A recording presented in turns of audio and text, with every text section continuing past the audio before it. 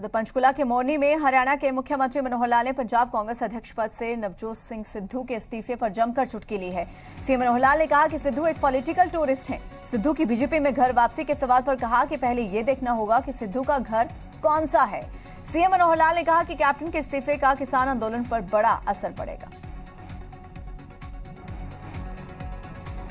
तो कैप्टन के इस्तीफे का किसान आंदोलन पर बड़ा असर पड़ेगा। ये हरियाणा के मुख्यमंत्री मनोहर लाल का बड़ा बयान। साथ ही उन्होंने नवजोत सिद्धू के इस्तीफे पर भी चुटकी ली है। उन्होंने कहा कि सिद्धू एक पॉलिटिकल टूरिस्ट की तरह है। तो वहीं बीजेपी में घर वापसी के सवाल पर भी मुख्यमंत्री मनोहर लाल ने सिद्धू पर तंज कसा है और कहा है कि पहले ये देखना होगा कि आखिर सिद्धू का घर कौन सा है। साथ ही उन्होंने कहा कि कैप्टन के इस्तीफे का भी किसान आंदोलन पर बड़ा असर पड़ेगा। तो पंजाब का जो सियासी घटनाक्रम है जो पिछले लंबे समय से थम नहीं रहा है और नवजोत सिद्धू के इस्तीफे के बाद एक बार फिर से पंजाब कांग्रेस में भूचाल आ गया है।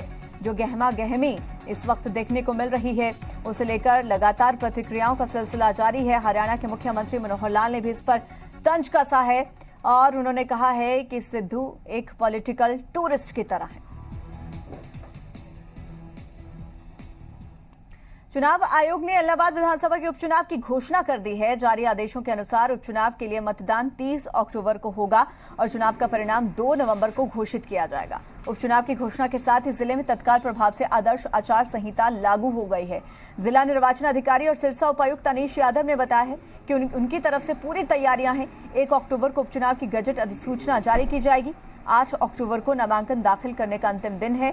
11 अक्टूबर को नामांकन की छंटनी होगी और 13 अक्टूबर तक नाम वापस ले सकेंगे।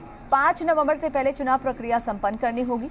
उन्होंने बताया कि उपचुनाव कोविड-19 की गाइडलाइन के तहत करवाया जाएगा। सभी पार्टी के उम्मीदवार 5-5 मेंबर डोर टू डोर जाकर वोटों की अपील कर सकते हैं और साथ ही जो पुराने काम चल रहे हैं वो जारी रहेंगे, नए काम शुरू नहीं किए जाएंगे। कुरुक्षेत्र में आजादी के अमृत महोत्सव को लेकर 95वीं सीमा सुरक्षा बल बटालियन ने साइकिल रैली निकाली। ये साइकिल रैली 2 अक्टूबर को राजघाट दिल्ली पहुंचेगी। इस दौरान बीजेपी सांसद नायब सिंह सैनी ने कहा कि सीमा सुरक्षा बल की 95वीं वाहिनी ने आजादी के 75 वर्ष पूरे होने पर अमृत महोत्सव के उपलक्ष्य में साइकिल रैली निकाली और स्वतंत्रता संग्राम के गौरवपूर्ण इतिहास को जन जन तक पहुंचाया जा रहा है। सैनी ने बताया कि इन जवानों ने साइकिल रैली के माध्यम से ऐतिहासिक स्थलों का भी अवलोकन करने का एक अनोखा काम किया है। इन ऐतिहासिक स्थलों के इतिहास को जानने और आम जन तक पहुंचाने में एक महत्वपूर्ण कड़ी का काम किया है।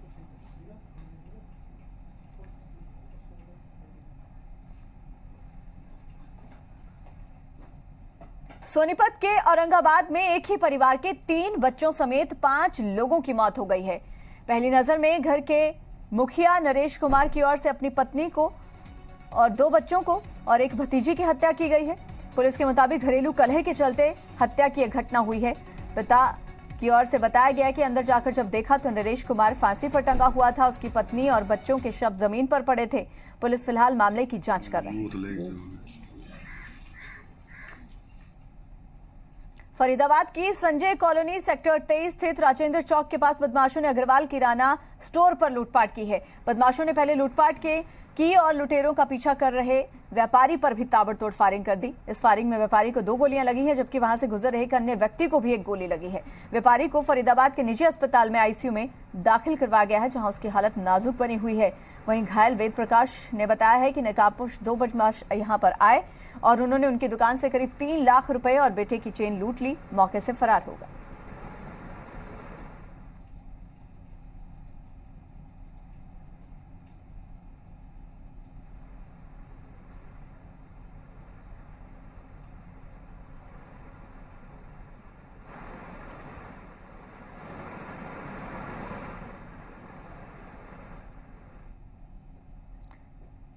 पलवल में भी बदमाशों के हौसले बुलंद हैं। इस बार बदमाशों ने एक ज्वेलरी शॉप को निशाना बनाया है।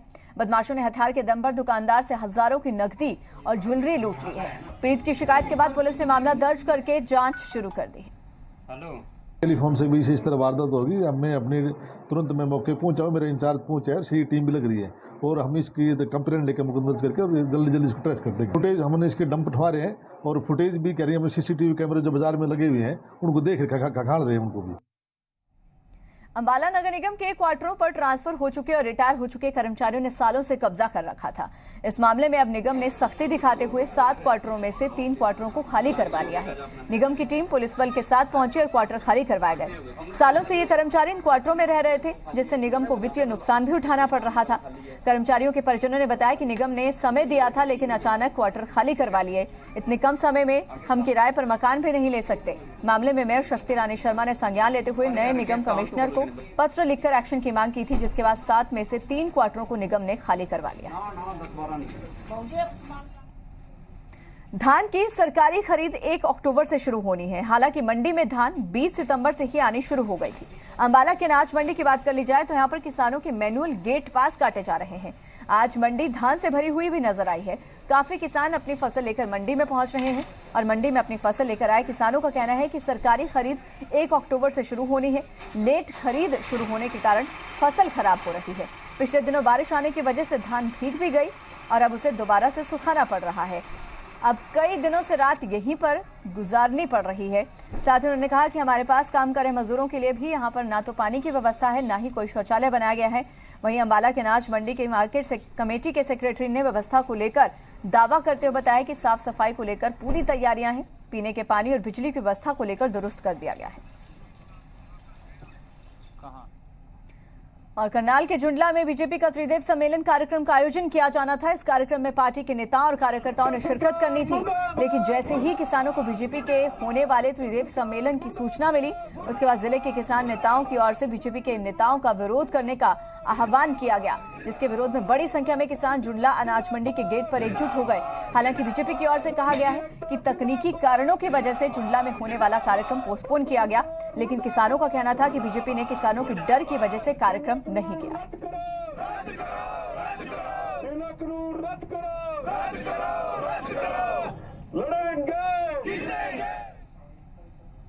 हरियाणा के लगभग 97 एडेड कॉलेज के स्टाफ को हाउस रेंट अलाउंस नहीं मिला है। ऐसे में प्रदेश भर में कॉलेज के गैर शैक्षणिक कर्मचारियों ने प्रदर्शन किया है। बाकायदा हिसार के डीएन कॉलेज में भी नॉन टीचिंग स्टाफ ने प्रदर्शन किया।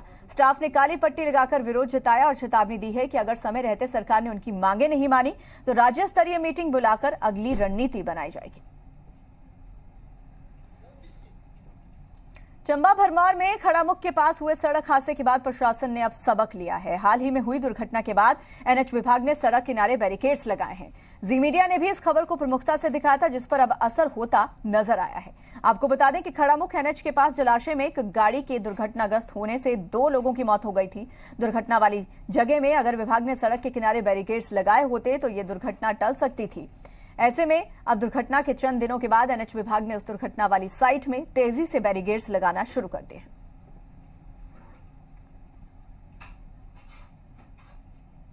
ऊना में कांगड़ा कोऑपरेटिव बैंक की ब्रांच से लगभग 22.5 लाख रुपए गायब होने का मामला सामने आया है। जानकारी के मुताबिक बैंक की शुरुआती जांच में कथित तौर पर बैंक के ही कुछ कर्मचारियों के इसमें शामिल होने की शंका जाहिर की जा रही है। बैंक के आला अधिकारियों ने 5 सदस्यीय टीम को मामले की जांच का जिम्मा सौंपा था। बताया जा रहा है कि इस टीम को जांच में बैंक से ही जाली नोट भी मिले हैं। अब पुलिस जांच कर रही है। फिलहाल पुलिस ने बैंक से जरूरी दस्तावेज मांगे हैं, जिसके बाद पुलिस अपनी जांच पूरी होने के बाद आगामी कार्रवाई को अंजाम देगी। देखिए, हमको 3-4 दिन पहले एक शिकायत पत्र आया था AGM Kangra cooperative bank Una से, जिसमें उन्होंने कहा था कि उन्होंने 22,40,000 के आसपास जो है एक घपला जो है अपने बैंक के खातों में पाया था और उसमें कुछ लोगों की उनके ही एम्प्लॉयज़ की कुछ मिलीभगत होने का उनको अंदेशा है। जो हमको शिकायत पत्र मिला था उस पर हमने इंक्वायरी भी की उसमें, और अभी उसकी इंक्वायरी चली है। कुछ डॉक्यूमेंटेशंस जो हमने लेनी है केसीसी बैंक से, उसके हम अभी वेट कर रहे हैं। जैसे हमारे पास आएगी और इंक्वायरी को हम प्रिलिमिनरी इंक्वायरी को हम कंप्लीट कर लेंगे, उसके बाद आगे क्या करना है उसके ऊपर डिसीजन हो पाएगा। और चंबा के हाई स्कूल भद्रो में स्कूल में बच्चों ने तो पढ़ाई के लिए आना शुरू कर दिया है, लेकिन स्कूल में बच्चों को पढ़ाने के लिए टीचर्स ही नहीं हैं। अब इस स्कूल में अध्यापकों की कमी के चलते छात्रों के अभिभावकों और पंचायत प्रतिनिधियों ने प्रशासन को 1 हफ्ते का अल्टीमेटम दे दिया है। उन्होंने कहा कि 1 हफ्ते के अंदर टीचर्स की कमी को पूरा नहीं किया गया तो बच्चों को स्कूल भेजना बंद कर देंगे। जानकारी के मुताबिक कोरोना काल में स्कूल बंद रहने के चलते स्कूल के अध्यापकों अन्य स्कूल में अपना डेपुटेशन उन्होंने करवाया है। हालांकि स्कूल में ज्यादा अध्यापक हैं और यहां से डेपुटेशन के बाद भी चंबा के ही इसी स्कूल से सैलरी ले रहे हैं। अब बच्चों और अभिभावकों ने जल्द से जल्द टीचर्स रखने की मांग की है। वहीं स्कूल के इंचार्ज का कहना है कि उस शिक्षा विभाग के कार्यालय में रिपोर्ट पेश कर दी गई है। एनआईटी हमीरपुर के विशेषज्ञों ने जंगल में आग लगने का अलर्ट सीधा वन विभाग को मिलने पर शोध शुरू कर दिया है और अगले साल मई-जून तक इसे पूरी तरह से बना दिया जाएगा। एसोसिएट प्रोफेसर सिद्धार्थ चौहान ने बताया कि एनआईटी हमीरपुर में कम लागत के फायर डिटेक्शन प्रणाली को तैयार कर रहे सेंसर नोड और ट्रांस रिसीवर तकनीक के सहारे ये शोध कार्य चल रहा है।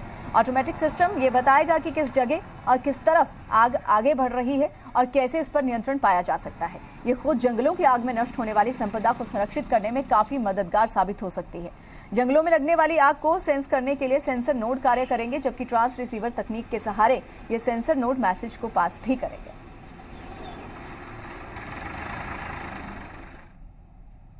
उधर सोनीपत में जिला शिक्षा अधिकारी दफ्तर में सीएम फ्लाइंग ने छापेमारी की है। मौके पर 9 बजे के बाद 50% कर्मचारी यहां पर गैर हाजिर पाए गए हैं।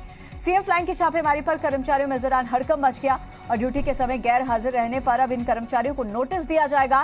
गैर जिम्मेदाराना कर्मचारियों पर प्रशासनिक कार्रवाई भी की जाएगी। तो ड्यूटी के समय गैर हाजिर रहने पर अब इन कर्मचारियों को नोटिस दिए जाएंगे। जिला शिक्षा विभाग के दफ्तर में कर्मचारियों के मौजूद न रहने को लेकर अब इन पर यह कार्रवाई की जानी है। जिला शिक्षा अधिकारी दफ्तर में सीएम फ्लाइंग ने छापेमारी की है, जिस दौरान 9 बजे के बाद 50% कर्मचारी दफ्तर में गैर हाजिर पाए गए।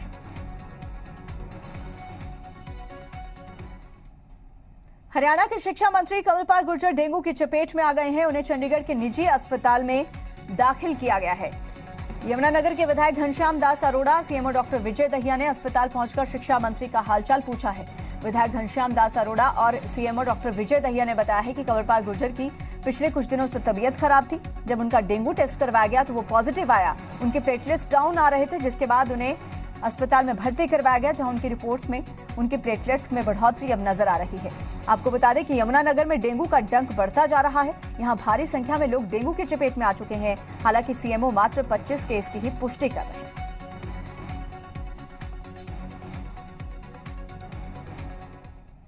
आज से दिल्ली में शुरू हुए हरियाणा शूटिंग चैंपियनशिप प्रतियोगिता में रोहतक के एक ही परिवार के सभी सदस्य हिस्सा ले रहे हैं। इस प्रतियोगिता की यह खास बात ही है कि इसमें एक ही परिवार के सभी चारों सदस्य हिस्सा ले रहे हैं। रोहतक के मायना गांव का यह परिवार प्रतियोगिता के लिए खूब मेहनत कर रहा है। हफ्ते में एक दिन जहां भिवानी जाकर कोच के पास सभी प्रैक्टिस करते हैं, तो बाकी 6 दिन घर पर ही प्रैक्टिस जारी रहती है। ये परिवार है अधिवक्ता और खिलाड़ी राजनारायण पंघाल का। राजनारायण इंटरनेशनल बॉक्सर अमित पंघाल के चाचा हैं। परिवार में उनके अलावा पत्नी, एक बेटा और बेटी है, जो शूटिंग चैंपियनशिप में दम दिखाएंगे। तो रोहतक का ये पूरा परिवार दिल्ली में होने जा रही इस शूटिंग चैंपियनशिप में हिस्सा लेने वाला है। इस परिवार में 4 सदस्य हैं और चारों ही इस शूटिंग चैंपियनशिप में अपना दमखम दिखाते नजर आएंगे।